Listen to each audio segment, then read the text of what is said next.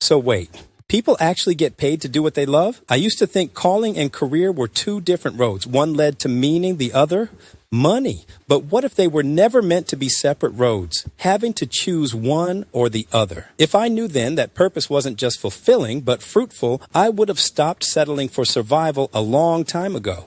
Welcome to If I Knew Then, the conversation between the me I used to be and the me I've become. Today's question: can I really make a living doing what I love, or is that just hype? I've heard people say follow your passion, but I've also seen people go broke chasing dreams that didn't pay off. So older me, how do I know this isn't just some feel-good trap? I used to wrestle with that too, but listen, here's the lesson I learned, but wish I knew then. Purpose doesn't guarantee instant profit. It guarantees alignment. And from that alignment comes clarity, joy, peace, and eventually provision. God doesn't assign you a purpose without making a way for it to be sustained. But isn't that just a nice way to say work harder and wait longer? I've believed that very thing for so long. What if I never see the fruit? Purpose isn't something you chase. It's something you embody. You don't work your way into purpose, you align with it.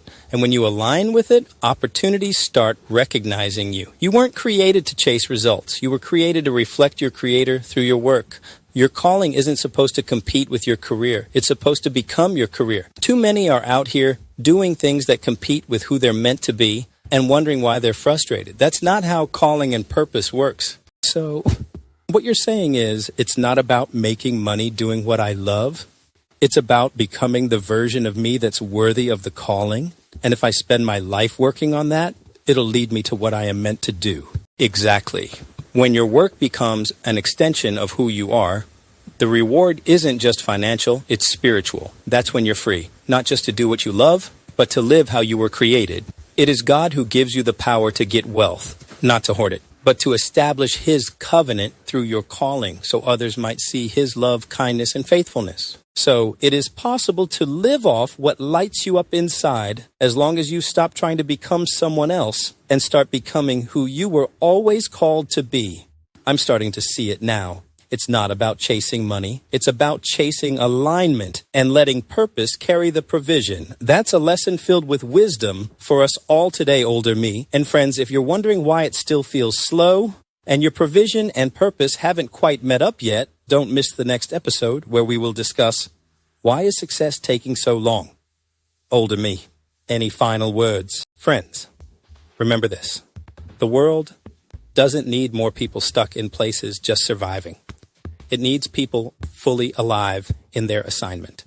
If you've been asking, can I really make a living doing what I love? Maybe instead it's time to ask, what would happen if I finally went for what I love? Taking action on that question will change your life. If this episode resonated with you in any way, leave a comment or question we can address for you in future episodes.